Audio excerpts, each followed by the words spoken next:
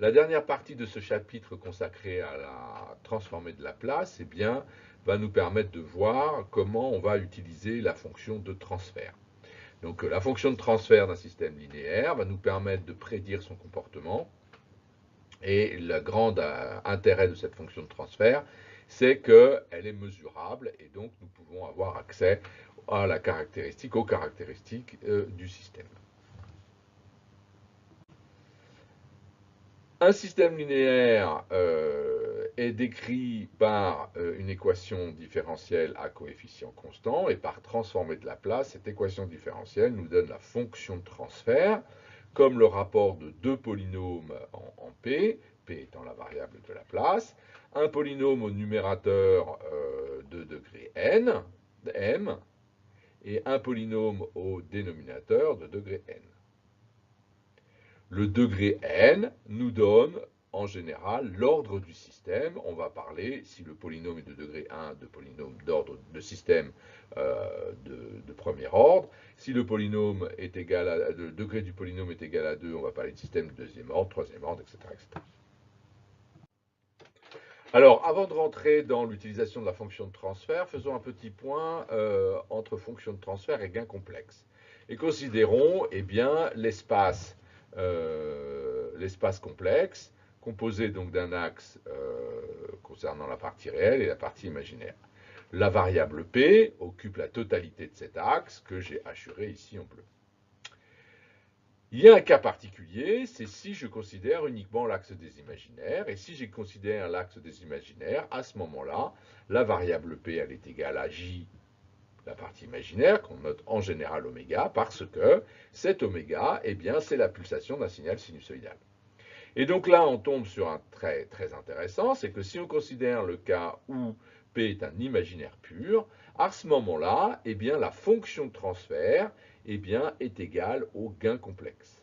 Or, ce gain complexe, il est tout à fait mesurable. Hein. Il suffit d'alimenter notre système avec un signal sinusoïdal et de regarder comment il se comporte en fonction de la fréquence pour déterminer ce gain complexe. Et donc, de ce gain complexe, en généralisant eh bien, à la fréquence complexe P, on peut retomber sur la fonction de transfert f de P. C'est pour ça qu'au départ, la fonction de transfert est un outil beaucoup plus intéressant que la réponse impulsionnelle, qui est, elle, n'est pas mesurable directement, puisque en réponse indirecte.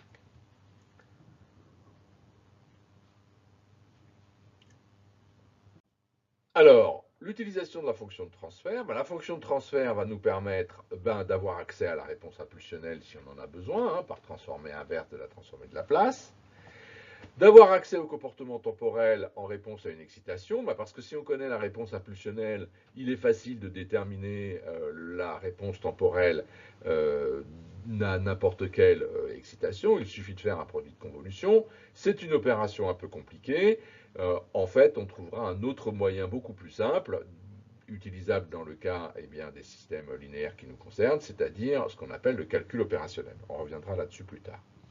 Et puis, déterminer le comportement du système quand t tend vers 0 et quand t tend vers l'infini, parce que comme ça va nous permettre, à l'aide du théorème de la valeur finale et de la valeur initiale, d'observer comment notre système se comporte au niveau des conditions initiales, et puis quand il a fini, quand il a atteint son régime permanent.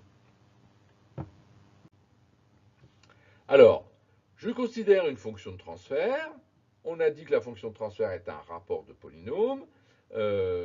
Eh bien, je peux, à partir de cette fonction de transfert, connaissant les pôles, c'est-à-dire les zéros du dénominateur, hein, les zéros du polynôme dénominateur, je peux l'écrire sous la forme f de p égale n de p, avec au dénominateur, eh bien, factoriser au dénominateur avec les pôles, et donc je vais remarquer des pôles simples et des pôles doubles. Je pourrais aussi éventuellement avoir des pôles triples.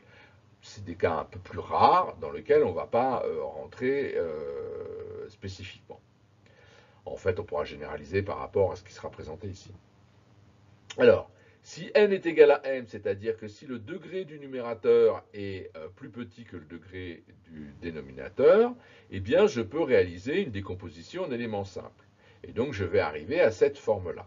Si la condition ici n'est pas réalisée, je peux revenir à cette condition par une division euclidienne du numérateur au dénominateur.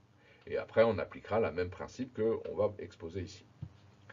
Alors, cette décomposition d'éléments simples fait apparaître des éléments simples pour les pôles simples, un peu plus complexes pour les pôles doubles, et on va pouvoir déterminer les coefficients AI, AJ1 et AJ2 à l'aide des simples calculs suivants, c'est-à-dire que I1 est égal à F de P sur P moins PI, dans lequel je fais P moins PI, ce qui va avoir à annuler tous les termes qui me concernent dans cette partie de l'égalité. Dans cette partie de l'égalité, ça va annuler tous les termes qui ne sont pas en P1 moins PI. Il me restera que AI, et donc la valeur de f de p pour cette valeur-là, me donnera donc la valeur de AI. Pour les pôles doubles, c'est un peu plus compliqué, puisque pour le pôle simple Aj1, on revient à la même idée. Donc Aj2, on revient à la même idée que précédemment. Donc Aj2 est égal à f de p, p moins pi au carré, dans lequel je fais p moins pj. Pour trouver Aj1, c'est un peu plus compliqué. C'est la dérivée de f de p avec p moins pj au carré dp, sur lequel je fais pour la valeur de p égale p moins pj. Donc voilà la manière dont on va pouvoir déterminer les coefficients A, Aj1 et Aj2. Donc j'obtiens une forme qui est une sommation d'éléments simples, dont je connais les coefficients AI, Aj1 et Aj2, et à partir de là, je peux repasser dans le domaine temporel assez simplement, parce que je sais que d'abord la transformée de la place est un opérateur linéaire, donc la somme dans le domaine de P est égale à une somme dans le domaine en T, donc ça pose aucun souci. Et puis je reconnais ici des formes qu'on a déjà vues, en particulier dans les tableaux de transformée de la place.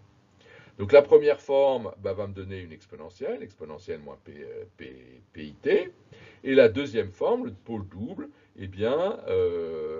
va me donner un AIT exponentielle moins PJT.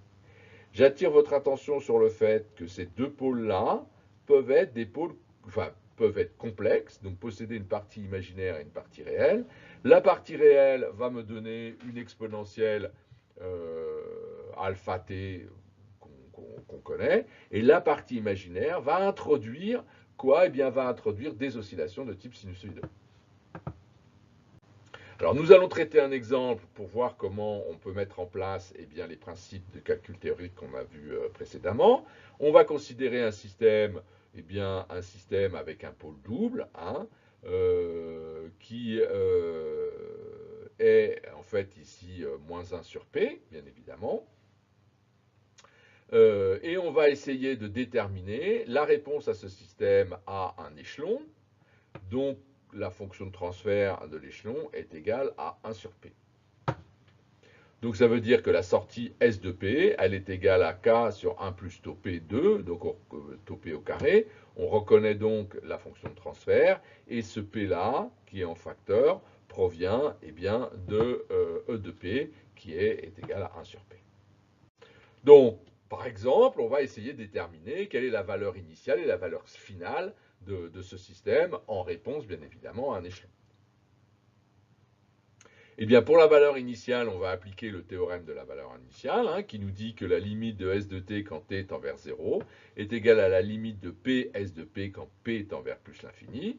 Donc PS de P, c'est égal en fait à K sur 1 plus tau P au carré, et si P tend vers plus l'infini, ceci tend vers 0. Donc on sait que la valeur initiale de ce système en réponse à un échelon, ça sera 0. Même chose pour la valeur finale, on applique le théorème de la valeur finale. Alors le théorème de la valeur finale nous dit que la limite de S de t quand t tend vers plus l'infini, c'est égal à la limite de P S de P quand P tend vers 0. Donc on retrouve cette même limite ici, mais pour P égale tendant à 0, et là la limite est égale à K. Donc on sait par exemple que le système va démarrer en 0, et pour t tendant vers l'infini, va tendre vers une valeur fixe K. Alors, pour le comportement temporel de ce système, on va repartir de l'expression de S de P, et on a dit qu'il fallait faire une décomposition en éléments simples. Donc la décomposition en éléments simples de ce système, je vous laisserai vérifier ces calculs vérifier ces calculs, hein, en vous référant donc aux décompositions d'éléments simples des fractions rationnelles. On va retrouver un K sur P, on va retrouver un Kto sur 1 plus tau P et un moins Kt sur 1 plus tau P au carré. Donc ça, c'est la décomposition des pôles doubles. Et à partir de là, eh bien, je vais chercher dans ma table à quoi correspondent ces différents termes. Donc dans la table, à quoi correspond ce terme-là? Ce terme-là correspond à ce terme-là. Hein, 1 sur P, on va retrouver l'échelon. Ce terme-là correspond à ce terme-là. On retrouve la forme de exponentielle moins Pto, donc de Kto sur 1 plus tau P. Et ce terme-là, eh bien, donne ce terme-là. Alors, si j'étais tout à fait rigoureux, il faudrait que je note ici U de t, puisque on sait que ici, cette valeur, cette expression-là est causale et elle démarre en t égale 0 et est nulle pour les t négatifs. Donc à partir de là, je peux calculer avec un logiciel quelconque, par exemple ici Scilab, eh bien je peux simuler le comportement de mon système et donc je vois que mon système en t égale 0, on retrouve bien la valeur finale, la valeur initiale qui est 0, on trouve bien la valeur finale qui est égale à k et on observe entre 6 secondes et 0 ici, eh bien ce qu'on appelle le régime transitoire. Hein, qui possède un certain nombre de caractéristiques intéressantes, une tangente nulle au départ et un point d'inflexion dans la courbe. On reviendra ça quand on étudiera les systèmes plus en détail. Alors, à retenir de ce petit chapitre sur l'utilisation de la fonction de transfert, la fonction de transfert d'un système, c'est la transformée de la place de la réponse impulsionnelle. La réponse impulsionnelle n'est pas une quantité mesurable, puisqu'il faudrait pour la mesurer réaliser une expérience avec un Dirac, ce qui n'est pas un signal numérique, facile à mettre en œuvre. Donc on va travailler plutôt sur la fonction de transfert plutôt que sur la réponse impulsionnelle, parce que la fonction de transfert, elle,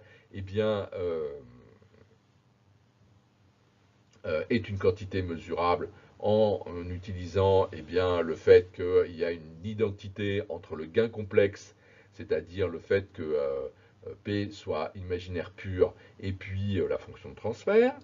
La fonction de transfert, c'est le rapport de la transformée de la place de la sortie du système et de la transformée de la place de l'entrée du système. Hein. Donc c'est un rapport, et c'est un rapport de polynôme. La fonction de transfert est une grandeur mesurable en régime harmonique, c'est ce que je vous disais tout à l'heure, cas particulier sur lequel on a P égale J oméga. Et à l'aide du théorème de la valeur finale, de la valeur initiale, de la valeur finale, ainsi que du calcul opérationnel, eh bien, il est possible de prévoir le comportement temporel du système. Donc, ça va être vraiment l'outil qui va nous permettre de travailler sur les aspects temporels de notre système, de pouvoir simuler et de prévoir comment ce système se comporte.